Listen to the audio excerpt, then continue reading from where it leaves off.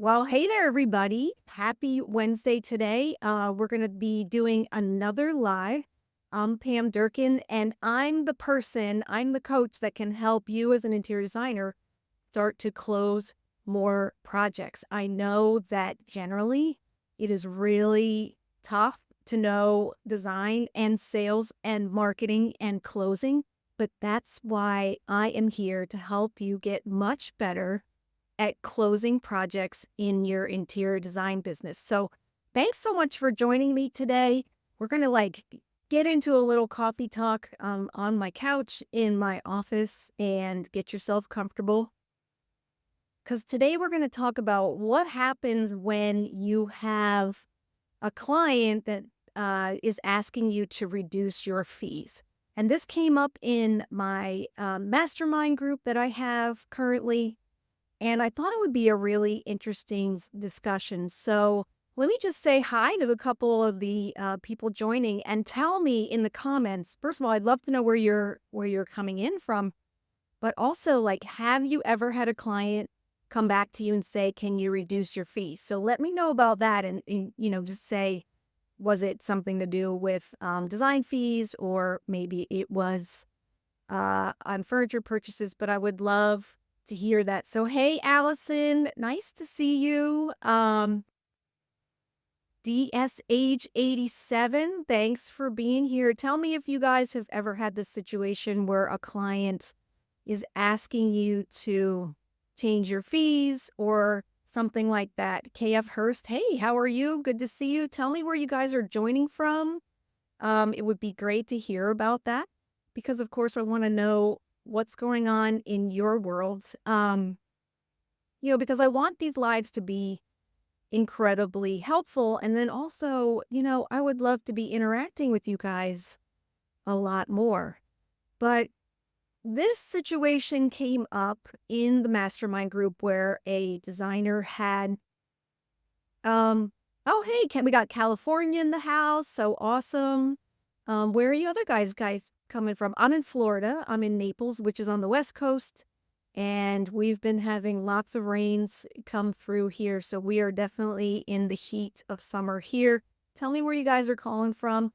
Let me know if you're designers, where I would love to hear that. And then specifically, gosh, if we've been told to reduce your fees.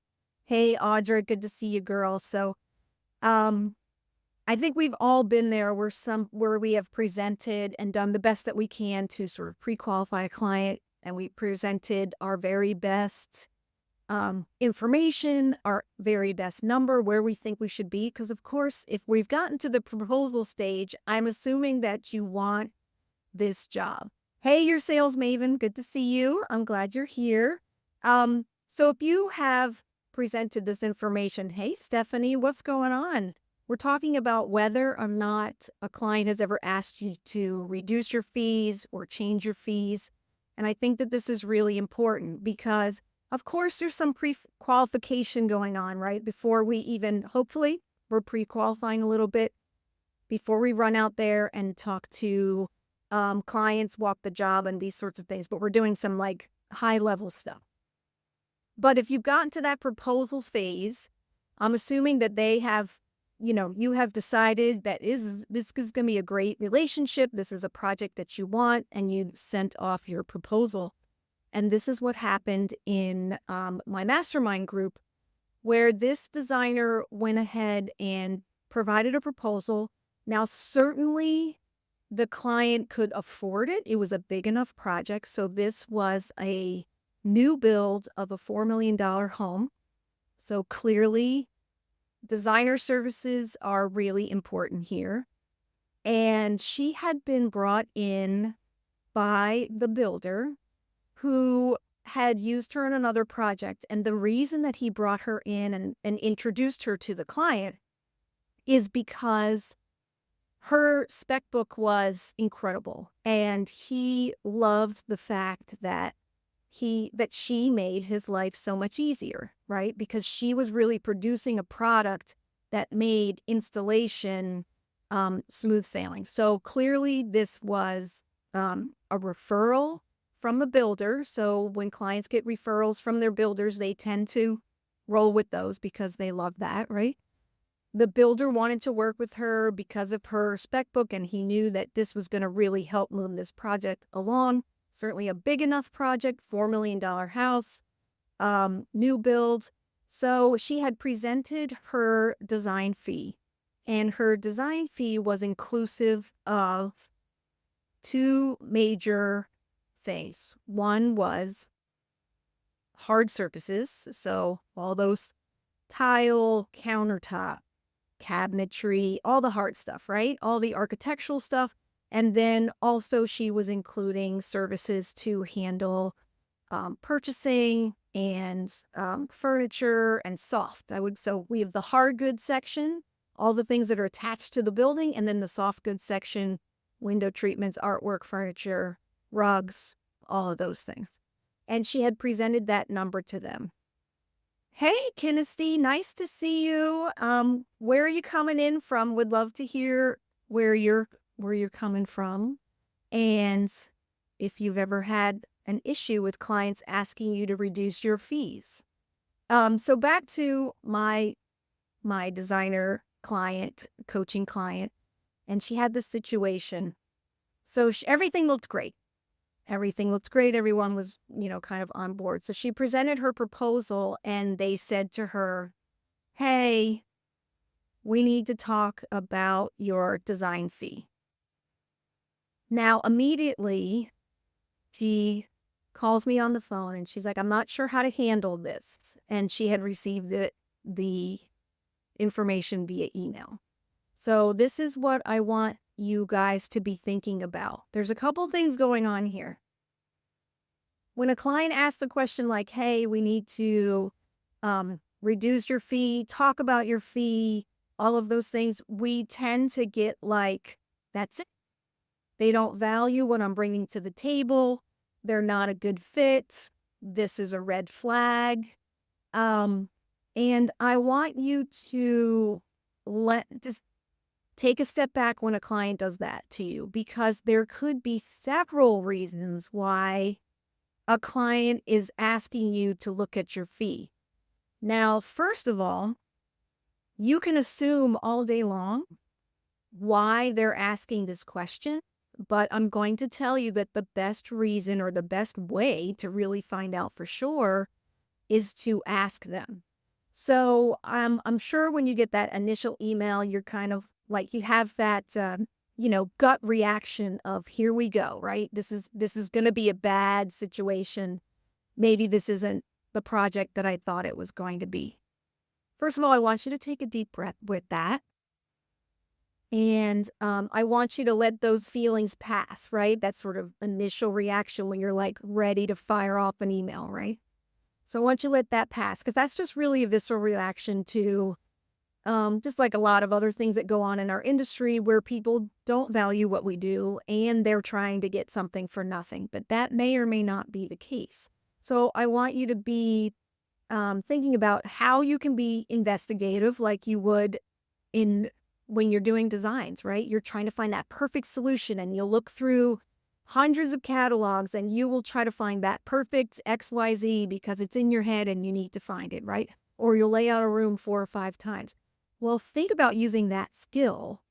How can we use that skill while we're in the sales process of trying to sign a client? So one of the first things that I walked through my design coaching client was, is this just an email that you've gotten? Yes. Okay, so first of all, we don't really know where this is all coming from. But I first asked her, one of the first things I said to her was, is this a project that you really want to do? Because as we know, I've heard so many designers say, I just threw a number out there. I don't really want this job. And so I made my number ridiculously high so they will say no. How many of you guys have done that, right? So say yes on that one. So I hear that so many times because you'd rather not have the uncomfortable conversation that you really don't want this job or they're not a good fit for you. And we can talk a little bit more about that because I actually take care of that in my pre-qualifying, what I call my client audition. which is part of my membership program. So we wouldn't you wouldn't be getting to that point and doing extra work hoping someone's going to say no. But one of the questions I said to her was, is this a job that you would really want to do? And she said, yes, it's a great opportunity in multiple ways. And you may be, you know, in these situations yourself in your own business. One, $4 million house. So great size project, wonderful. We're in a good price range, right? It's going to be great for the portfolio. It's going to be great to talk about on various, social media content forever and a day. We're going to be up leveling where we've been in the past. So she was, she's been getting more and more opportunities like that, but she's like, we're stacking them now, right? We're getting more and better opportunities. So this was all, adding up to what she wanted as her next level. She also really wanted to continue working with this builder. She wanted to establish a great relationship with him. She wanted to, obviously keep doing projects, and she also knows that he has other projects going along. So there was a million reasons why, yes, I want to continue to pursue this job, even though I've gotten this email. Then the other thing I said to her, so yes, she wants the job. Yes, there's a multiple amount of reasons. I was also talking to her about the timing of the job. Is it good? Like, is the timing of this job good? And she's like, yes, this would be great. And I said, even if you were to reduce your fee. And she said, yes, all of this would be good because it would be coming in a time over the summer where I don't have anything else going on. So this would literally carry me through the summer months for this, even if I were to reduce my fee. And we're going to talk about reducing the fee. That does not mean reducing the fee for the same scope. So before everyone comes at me about that, we're going to talk about how you can craft this response. So all those things told me, okay, so she's willing to do a little bit more work and figure out how this can work for everybody by relooking at some of the numbers. Now, one of the things that we talked about, as you know, with new builds, those can range from 12 months to 2 years, right?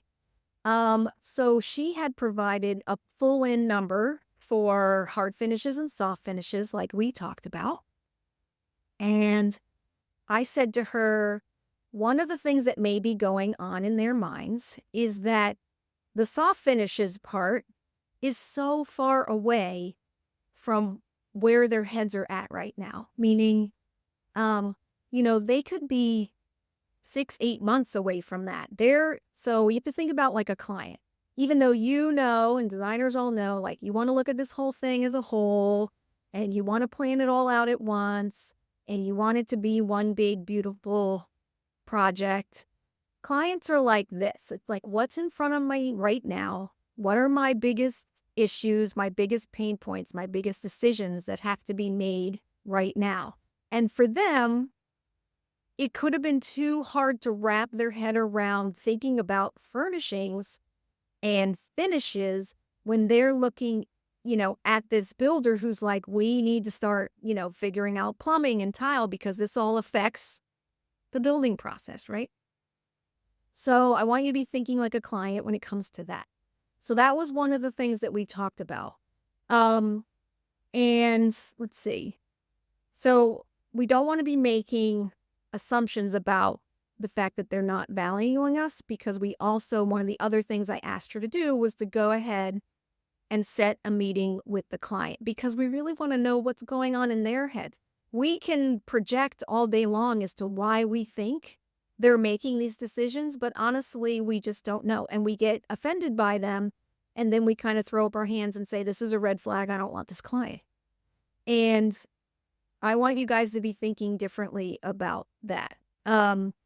So we talked about ways that she could reduce her fee by reducing her scope. So here's the rub with that. A lot of times designers will get that call from someone that says, hey, I would love for you, to work with us, but your fee's too high. And immediately we think that means that we need to do the job, same job, for a different price. And I'm going to say, no, here's where the rub comes in. You're running a business, and hopefully you're running a profitable business. Hey, Heather, good to see you. And we need to be thinking about ways that we can still get the job, but our profitability stays the same. We're not taking the hit here. We're figuring out a way on how to get creative so that we can meet the client's needs and still provide the level of service and the integrity of what we know has to happen to have a successful project. So here's the rub. If a client wants us to reduce our fee, then they need to make a compromise on the scope of the project. So it's not something where we need to make the sacrifice, right? They need to make a decision. And so our job is to explain to them, just like anything else, why do you want to do this versus this? We have to be sitting there going, okay, I'm willing to talk about this. And depending on where that conversation goes, then, you have to know ahead of time where the line in the sand is going to be drawn. So, we're not asking you at all to change your integrity of what your finished product is. In fact, I'm asking you to maintain that, because I want you to be looking at what the trade-offs are. You're still, offering that high level service. So Audra asks, what would your first move be to reduce the scope? When or how would you throw out an objection to lowering the number?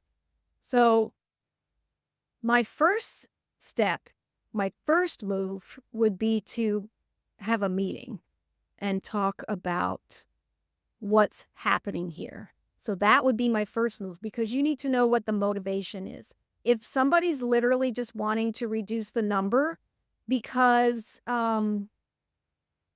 they just don't understand what's happening, then we need to be talking about it. And this is sort of the second part of the process, is so you need to be having these meetings. Now, you could definitely have this meeting face to face. Of course, that's always better.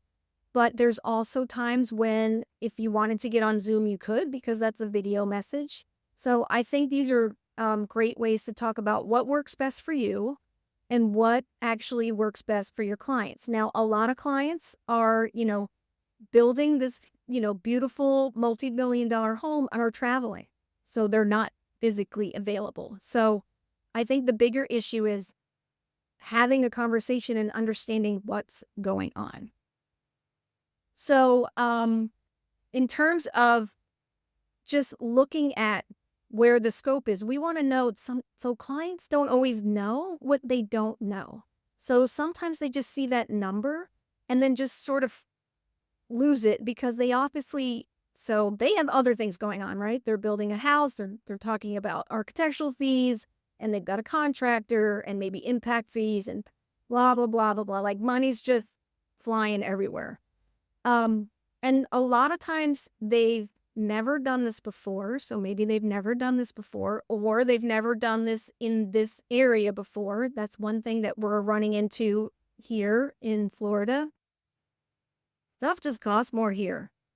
So if you have built a house before and you built it in Alabama, you're going to be shocked at what it costs to clear land here and frame everything. Like, it's just different. So there are different fees based on geography. But you want to know, a lot of times they just have never done this level of project before. Like, not many people are building multiple $4 million houses in their lifetime. So this may be their very first one. And so they're looking at all the numbers going, how are we going to do this? And that's when the education process comes in. So I would suggest that you sit down with your client and also have your builder there and that's the other thing, is I asked her to make a phone call to her builder and explain what's happening because this builder really wanted her on this project for her expertise and what she could be bringing to the table to make the process so much easier. So I asked her first, why don't you kind of give the builder a heads up? Because the other thing is, she said, what happens if I reduce my fee and now the builder thinks less of me, or this gives a bad impression, or how will this affect projects moving forward with him? And I think, again, the biggest and easiest thing to do is to pick up the phone and say, listen, I've got this situation going on with Mr. and Mrs. Smith, and I wanted you to be aware of it. And also, maybe you have some insight as to what's going on here. But secondarily, hey, I would love to have a meeting with them to kind of talk through these things and the pros and cons of what they're asking me to do. I would love for you to be there because I know you're on my side and you understand my work product and how that's going to help you be able to build this home better and faster and to a higher level, like to a higher standard. So I want you to be there to sort of back me up and to also be another voice in the conversation as to why this is a good idea. Um, I see Camille has a question, but Camille, I don't understand your question. It said, it can be so uncomfortable. Oh, it can be uncomfortable. What do you say? And I think that when somebody says that you want you to reduce your fees, that's the uncomfortable conversation. I would say, hey, Mr. and Mrs. Client, I see, your email here. I think we should get on a call or have a meeting because I want to talk through what, how we can come to something that's agreeable for both of us, but I want you to understand what that would mean from our end in terms of our services and then our scope. And that's the next part of the conversation is when you're in the room with them. Hi, Hi, Diana. How are you? Um, Hey, all about Lanai. Good to see you. I'm thinking that everybody's had this problem where clients have asked them to reduce their fees or their scope. So subsequently, having a meeting with somebody and saying, well, let's talk about this. What's going on in your mind? What did you have something in mind that you're looking for? Because I need to have some frame of reference of where this conversation, like where it's all coming from and what the reasoning is. And so you have to let them talk through it. And you're going to hear some things from them that are going to be telling as to whether or not they don't understand why these things cost so much. They don't know, they don't think they need all the things that you've put in your proposal. So now you have some information that you can start to address this issue. And to get back to the specific situation, I said to my client, I said, listen, if they want to reduce the scope to get the number, well, they don't want to reduce the scope, but if you're going to tell them you'll reduce the scope to get to a number that they're comfortable with for design fees, then it's also your job to talk about what that means, because I don't know that they fully know what that means. So for instance, with hard finishes, if you want to take out the guest bathrooms because you don't think they're that important, Mr. and Mrs. Client, then you have to realize that when I receive the cabinet drawings or I receive the tile information or we go look at plumbing, I'm only going to be looking at the rooms that are within my scope, and the rest will be on your own.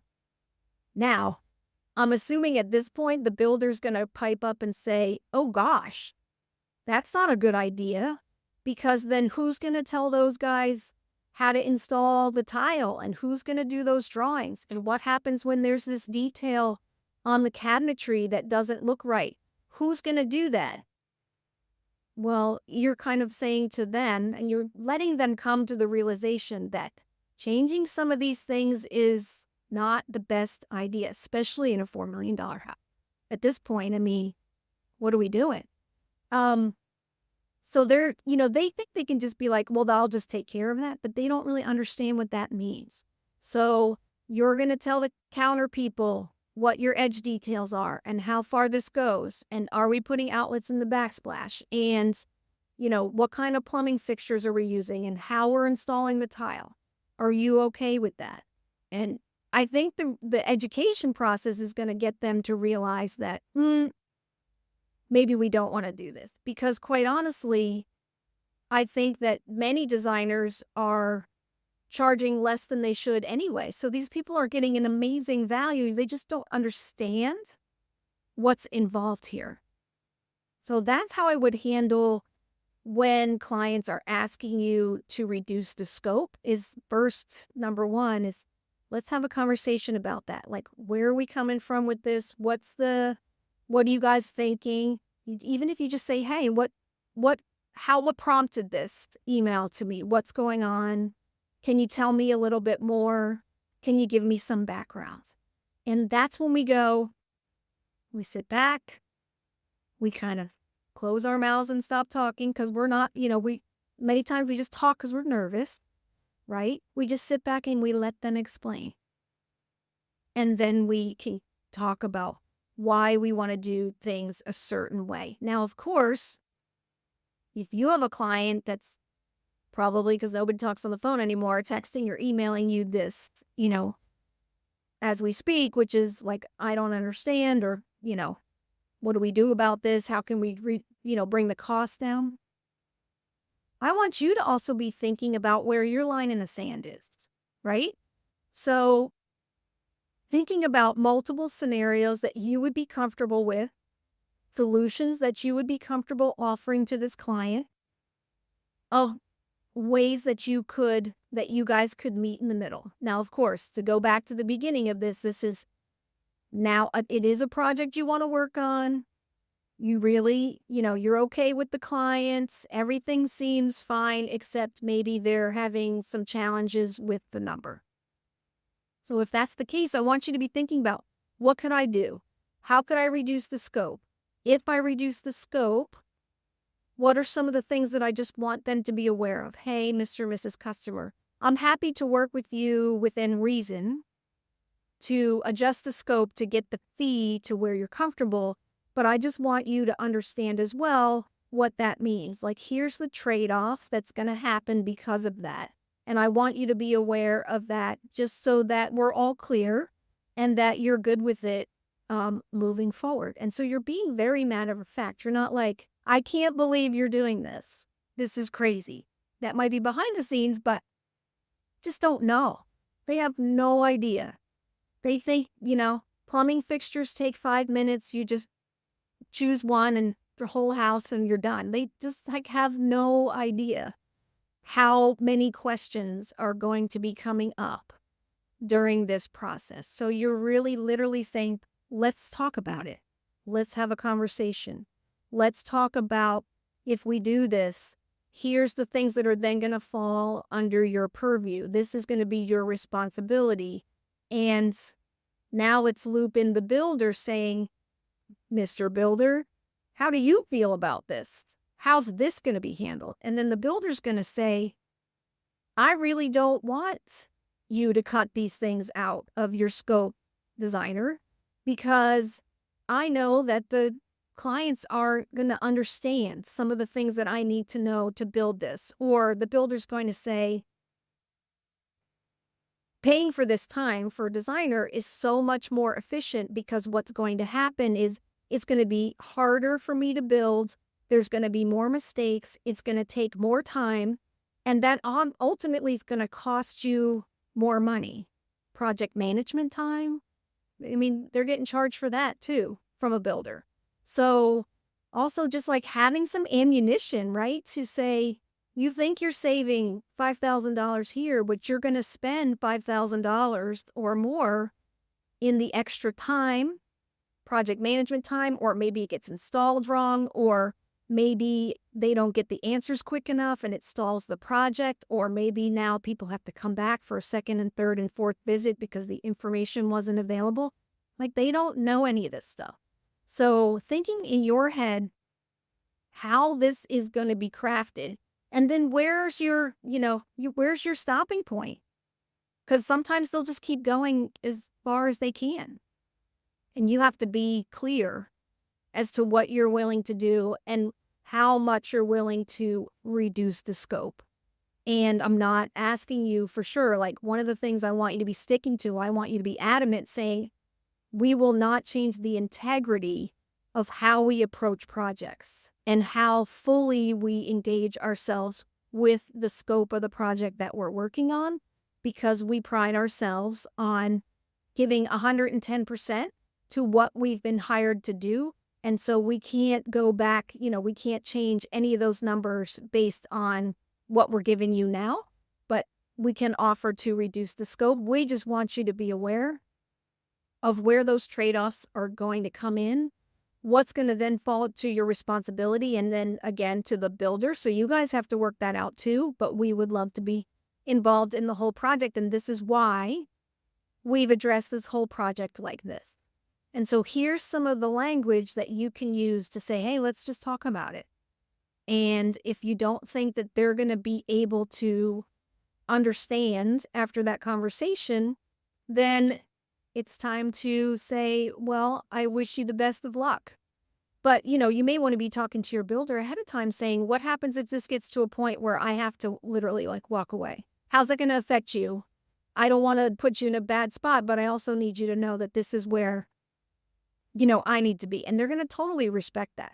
So having that conversation, I think the builder's going to respect you even more if you have these conversations ahead of time with them saying, hey, I'm having this situation with a client and I need your help on this. And I really want to do this project and I really want to work with you. But at some point, we're going to hit that breaking point. So what are you guys thinking about that? Have you had the situation go on where you've had the client go ahead and ask you to reduce your fees? Like, what's going on? Have you guys had this problem going forward?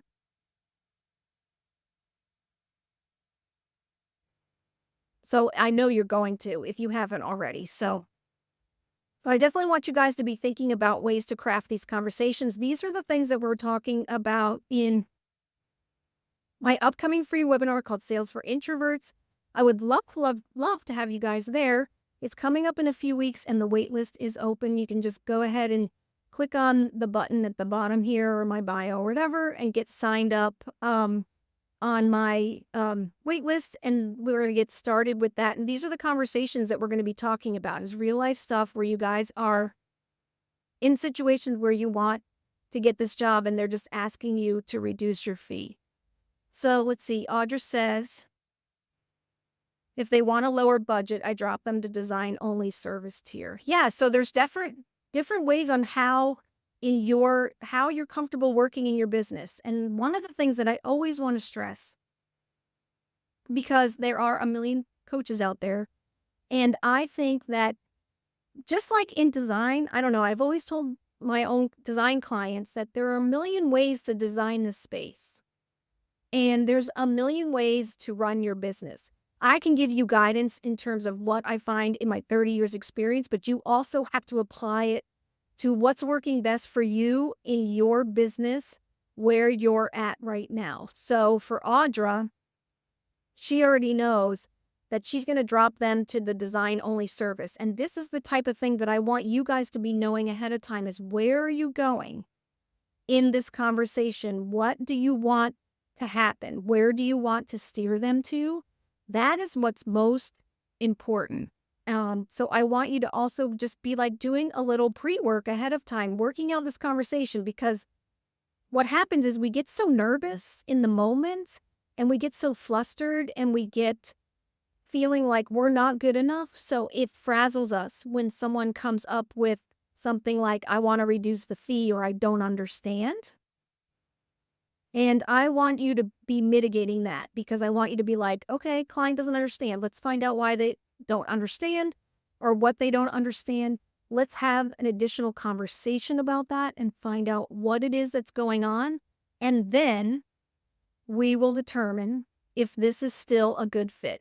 If I, as a designer, want to move forward with this project because I think that I can help in a way that is still full of integrity in terms of how I deliver my final product. So that's what I want you guys to be thinking about. I hope you enjoyed this conversation. I think a lot of you did because I think I had the most number of people on this live today. So to continue it, I would love to even hear your comments below. If you want to talk about certain situations that you've got going on in your business, go ahead and add some comments below to the live and to this post when it goes up. Also, just be on the lookout. I also post these on my podcast called Six Figure Designer. So this will be up next week so that you can listen to it again if you missed some things, or if you're in the car, if you just want to hear the wording again. That will also be up on the podcast Six Figure Designer. And I hope you guys enjoyed this. I'll be doing another live next week at noon Easter, so be sure to tune in. And if you want to sign up for Sales for Introverts, go ahead and get on the wait list. I hope you guys have a great Wednesday, and I will talk to you soon. Take care.